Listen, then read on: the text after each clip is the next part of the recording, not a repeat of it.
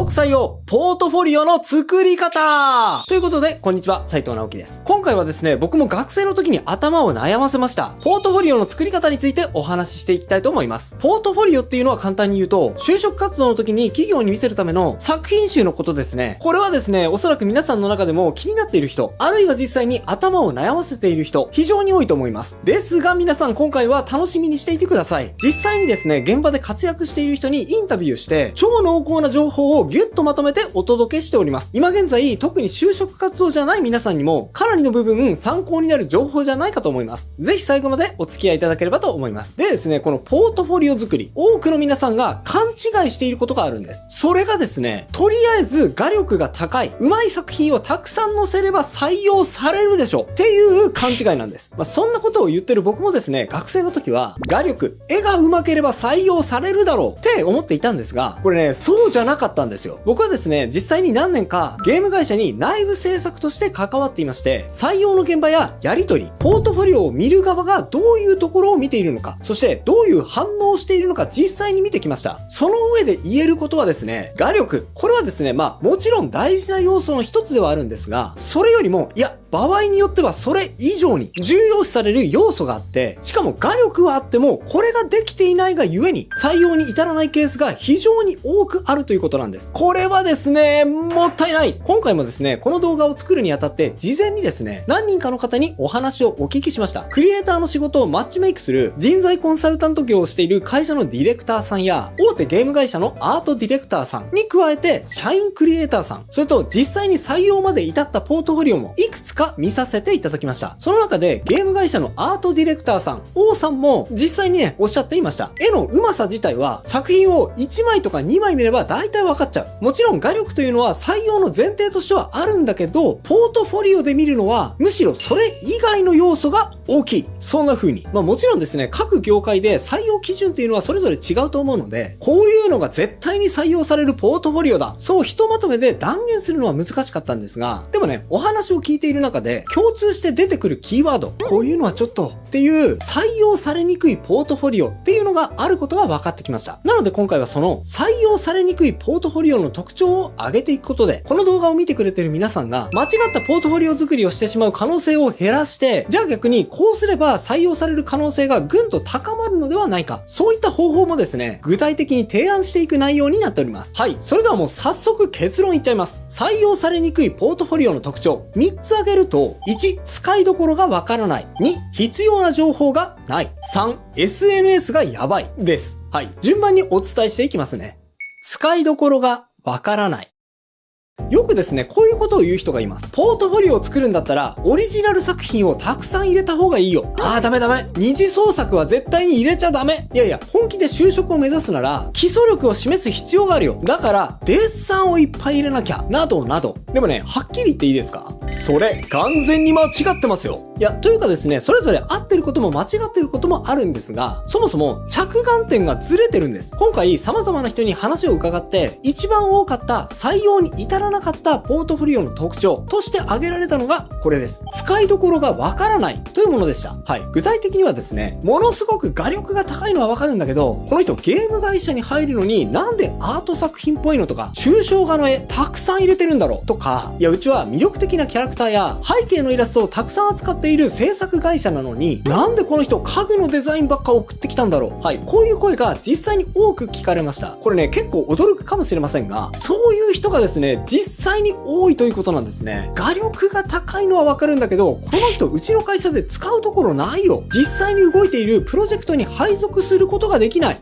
残念だけどこの人採用することできないな。今回はすいません。そういうケースでの不採用。これね、めちゃくちゃ多いってことなんです。実際ですね、僕も学生の頃、思い返すと、このパターンの一つでしたね。ゲーム会社に就職したいのに、ゲームで実際に使えそうなグラフィック作品ではなく、こういう作品ばかりポートフォリオに載せてました。耳が痛い話です。でもね、なんでこういうことが起きるかというと、一つには採用される側の認識の違いというのが大きいと思います。実際僕がですね、なんでこういう作品をたくさん入れたのかというと、このぐらいですね、がっつり書かれているような作品をたくさん載せれば、この人は想総合的な画力が高いと判断され、どんな現場でもやっていけるだろう。そういう判断を見る側がしてくれるだろう。そういう考えがあったんです。ですがですね、これは甘いです。だってですね、例えばゲーム会社だったら、まず何を差し置いてでもゲームに興味がある人を採用してるのは当たり前ですよね。なのに、その気持ちが全然作品から伝わってこなかったら、この人本当にゲームに興味あんのって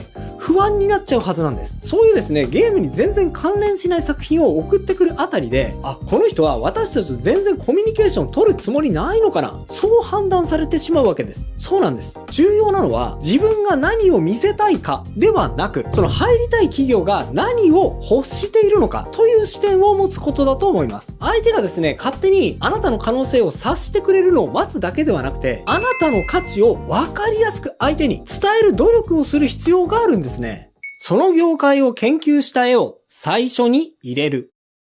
はい。これを受けてですね、僕がこれ大事だなと思ったのが、これはどの会社、どの業界に行っても当てはまることだと思うんですが、その業界を研究した絵をポートフォリオに入れることです。ゲーム会社だったらゲームにちゃんと興味があることがわかる作品を、可愛いグッズを作っている会社だったら、可愛らしいグッズのデザインやキャラクター、映像制作の会社なら自分が作った映像作品を提出する。これはですね、当然かもしれませんが、これが基本です。この基本をですね、徹底してください。それができずにですね、最初の段階でつまずいてしまう人が非常に多いことを考えると、逆に言えばですね、それができた時点で、あなたのポートフォリオは少なくとも2次面接、3次面接まで行くだけの力を得られるはずだと思うんです。はい。その上でですね、もっと欲を言えば、その会社がどういうコンテンツに力を入れている会社なのか、それを考えて、ポートフォリオに入れる作品のバランスをちょっとね、変えてみるっていうのも一つの手段だと思います。例えばですね、僕が実際にお話しした制作会社のディレクターさんはこうおっしゃっていました。私の会社はオリジナル作品の制作ももちろんやっているんですが、それよりも圧倒的に多いのが絵柄合わせの仕事です。この絵柄に合わせて絵を描いてください。そういう仕事が多いので、二次創作のイラストをたくさんポートフォリオに入れていただけると、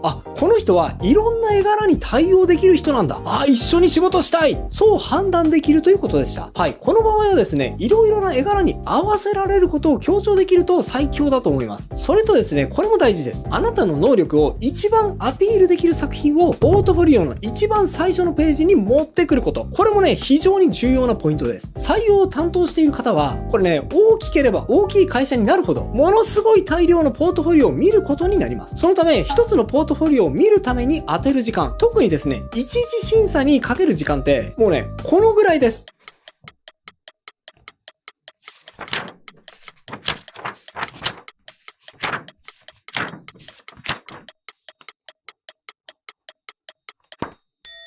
はい、もうね、冗談じゃなく、ほんとこのぐらいの時間で判断してるんですね。で、ここで何を見ているのか、もうね、単純です。一番初めの作品ページ。今ね、ちょっと長めに見てたでしょ、僕。ここがですね、めちゃくちゃ大事なんです。まずここで相手の心をがっつりつかめなければ、先にね、進めません。ポートフォリオ作りにおいては、まずは最初の作品ページ。ここにですね、最も神経を注ぎましょう。キャラクターだけでは狭き門。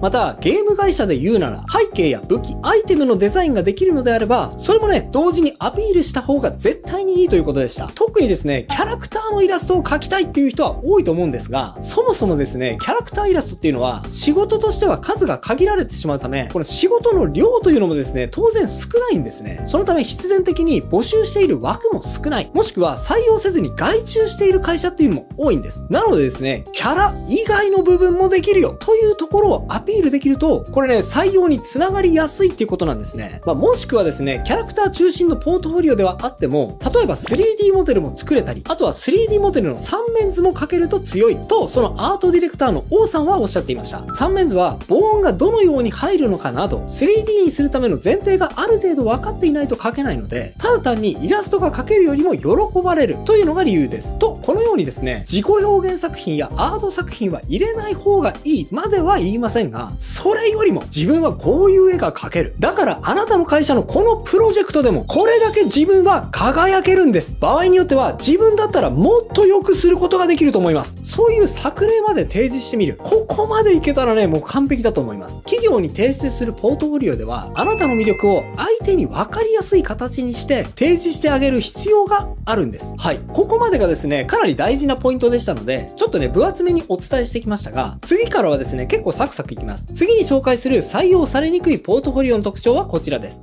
必要な情報がない。はい。これもですね、結構多いということでした。具体的にどういう情報が足りないのかというと、主に3つです。作品数が少ない。作品の情報が足りない。そして、どの部分を担当したのかわからない。ですね。作品枚数が少ない。まずね、作品数が少ないですが、これはわかりやすいですよね。極端な話、こんなことはないと思うんですが、ポートフォリオの1ページ目がものすごい魅力的な作品で、うわ、この人と仕事したいって、その採用担当者が思ったとしても、でもね、その1枚だけだったらどうです？これめちゃくちゃ不安ですよね。確かにこの作品は魅力的だけど、なんかこれ1枚しかないんだけど、この人大丈夫かな？そんな風に不安になってしまうはずです。実際にですね、会社に採用されたクリエイターさんのポートフォリオを今回見せていただくことができたんですが、その方の作品数を紹介するとですね、A さんの場合には24ページに対して作品数が50点ほど、そして B さんの場合には25ページに対してなんと作品が90点ほど掲載されていました。チビキャラとかね、あとはアイテムの絵とかを合わせて90点なんですが、でもそれでもすごいですよね。今回紹介したのは、その中でも多い部類かもしれませんが、アートディレクターの王さんによると、少なくとも30点ほどあった方が採用されやすいということでした。作品の情報が足りない。そういうところも結構大事なポイントなんですが、どのくらいの時間で制作されたのか書かれていないケースです。どうでしょう？これ結構忘れがちじゃないですか？でも考えてみれば当たり前ですよね。どの程度時間をかけた作品なのか、採用する側の目線で考えると当たり前です。これがわからないと結構ね、安心できませんよね。たとえいい絵でも、もしかしたら半年とか1年かけて描いていたとしたら、チームでね、動く現場の時間感覚からして言えば、それはちょっと現実的ではありません。でもね、これについては対処法は簡単です。作品ごとにですね、細かい情報を記載していきましょう。具体的にはですね、こんな感じです。作品の下や横に、こんな風に、使用ソフト、制作時間、日付、そして、できればこの作品に対してのコメントもね、全部ではなくていいので、これはという作品についてはつけてみるといいと思います。どの部分を担当したのかわからない。あとですね、これは補足になるんですが、意外と多いのがですね、どの部分を担当したのかわからないというものです。はい、これちょっとわかりにくいと思うので詳しく説明すると、例えば学生の時にゲーム制作をしていた方や、あとはね、中途採用の人もこういう人多いっていうことなんですが、1枚の絵の中でも自分は塗りだけを担当した、あるいは線だけを担当したという場合です。この場合にですね、その1枚だけをポンって載せただけだと、見た側はですね、これ当然なんですが、この作品丸々描いた人なんだなって思っちゃいますよね。実際にね、その人がその作品を丸々再現できる能力を持っていたとしたら、それはね、問題ないかもしれませんが、実際はですね、そううまくいくことばかりではありません。実際そのディレクターさんの話では、塗りが綺麗だなと思って採用したら、その人はね、実は線だけを担当していて、塗りは担当していなかった。あるいはその逆という事例もですね、ちらほらあったみたいなんですね。ひどい例ではですね、もう故意に嘘のポートフォリオ、自分の作品ではなくて、ネットで拾った誰かのイラストを自分のポートフォリオに入れ込んで、それでね、作品を提出してくる人、これちらほらいるらしくて、これね、論外ですよね。それでね、たとえ採用されたとしても、現場ではその能力、当然ね、発揮できないわけですから、一気にね、信用を失ってしまって、遠からずそのチームにいられない日がやってくることになってしまいます。このようにね、嘘をつかないのはもちろんのことなんですが、勘違いを防ぐためにも、自分が担当した部分、例えば線画のみをやったんだとしたら、このようにですね、線画のみを担当というこういう情報もきちっと載せておくのが大事です。ここはね、注意しましょうね。SNS がやばい。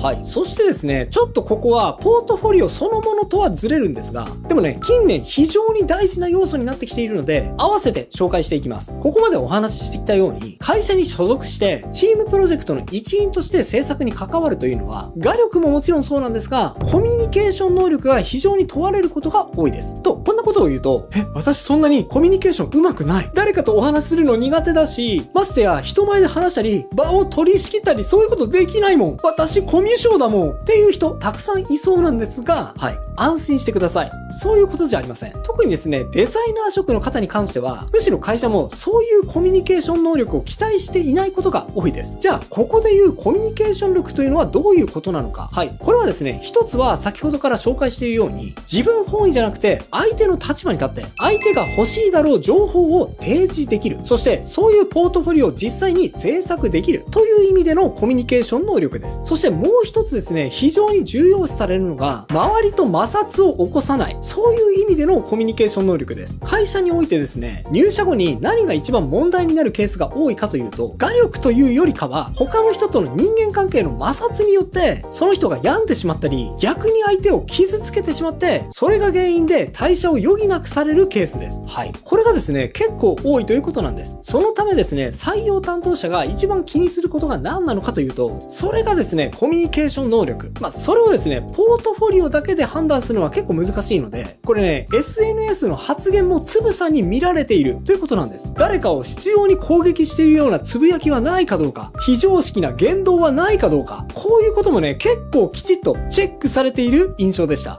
以前ですね、僕は実際に採用担当者がね、ちょっとこの人、X のアイコンが怖いんだよね、と言って採用を見送ったケースを目撃したことがありました。それだけじゃないのかもしれませんがね、それもね、判断材料の一つになってしまうということです。コミュニケーションの問題に関しては、結構ね、そのぐらい慎重だったりするケースがあります。ここでね、不採用になってしまうのはあまりにももったいないので、これね、意識するのが得策かもしれません。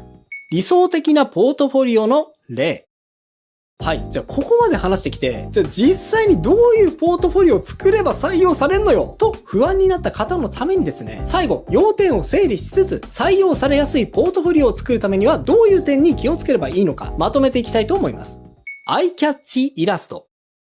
まず重要なのはアイキャッチイラストです。ポートフォリオの1枚目には、その企業目線であなたの魅力を一番に伝えられるイラスト。これを一番最初にアピールしましょう。例えばゲーム会社だとしたら、キャラクターの立ち絵だけではなくて、世界観や武器、アイテムも描けるよ。そういう部分も同時にアピールするために、背景までしっかり書き込んだイラストを入れ込むのがベターです。必要な情報はきちっと載せる。はい、そして情報もきっちり載せましょう。先ほど紹介したように、作品の脇には日付や制作時間、使用ソフトや、できればコンセプトも載せておくことで、あなたの能力を正確に相手に伝えることができます。それと、ポートフォリオの最初か最後どっちでもいいので、簡単なプロフィールも載せておくことを忘れないでください。特に受賞歴や、あとは絵を描く以外にもできること。例えばプログラミングとか、あとは外国語とか、そういうプラスアルファ何かあると、採用に有利に働くこともあると思います。またそういう要素がたとえなくても、今自分は何に興味があり、そしてどういうことができるのか、今までどういう活動をしてきたのか、あるいはこのポートフォリオがどういうテーマに沿って作成されたものなのか、これについても分かりやすく簡潔にまとめておくと、見ている人にあなたのコミュニケーション能力をアピールできて、とても良いと思います。使用用途別のまとめ方。はい。そして最後になりますが、作品をただただ並べるのではなく、使用用途別の枠組みでまとめるのもいいです。実際に見せてもらった社員クリエイターさんのポートフォリオは、2つともね、そのようにまとめられていました。具体的には、例えばこのページからこのページまでは、モンスターのデザイン。そしてこのページはコンセプトアート。そしてこのページは武器やアイテムのデザイン。このように、使用用途別に分かりやすくカテゴライズされていると、見ている人の印象もいいですし、この人はコミュニケーション能力あるな、と判断してもらいやすくなると思います。ちなみにですね、どういうファイルにまとめられればいいのか、製本はした方がいいのか、ということも聞いてみたんですが、その辺についてはですね、あんまり重要視していないような印象でした。あんまり汚いファイルだったり、ぐにゃぐにゃの紙だったらどうかわかりませんが、あくまでね、大事なのは中身のようです。今回見せてもらった社員クリエイターさんの一人は、同人誌のようにね、きちっと製本されたポートフォリオだったんですが、その点が有利に働いたのかというと、そんなこともないような印象でしたね。そもそも最近はですね、PDF でのデータ提出もかなり増えているみたいですから、あんまりポートフォリオの外装については、そういったデザイン性を重要視する業界ではない限り、気にする必要はないと思います。就職活動、それに伴うポートフォリオ作り。僕もね、思い返すとすごく大変で、不安で、もうどうすればいいんだって頭を抱えてしまった記憶があるんですが、この動画がその不安を少しでも和らげて、あなたの魅力をきちっと企業側に伝えられる、そんなポートフォリオ作りのお役に立てれば嬉しいです。大変でしょうけど、頑張ってください。応援しています。以上が今日僕が伝えたかったことです。いかがだったでしょうか？今回紹介したのは企業に就職するためのお話がメインでしたが、そもそも今の時代、イラストレーターを目指すってどうなの？大丈夫なの？というお悩みもあると思います。そんな時にはこちらの動画、悩み、時間がない、サポートがない、心が折れそう、でも絵を仕事にしたいもおすすめです。興味があればこちらも合わせてチェックしてみてくださいね。それではまた次回の動画でお会いしましょう。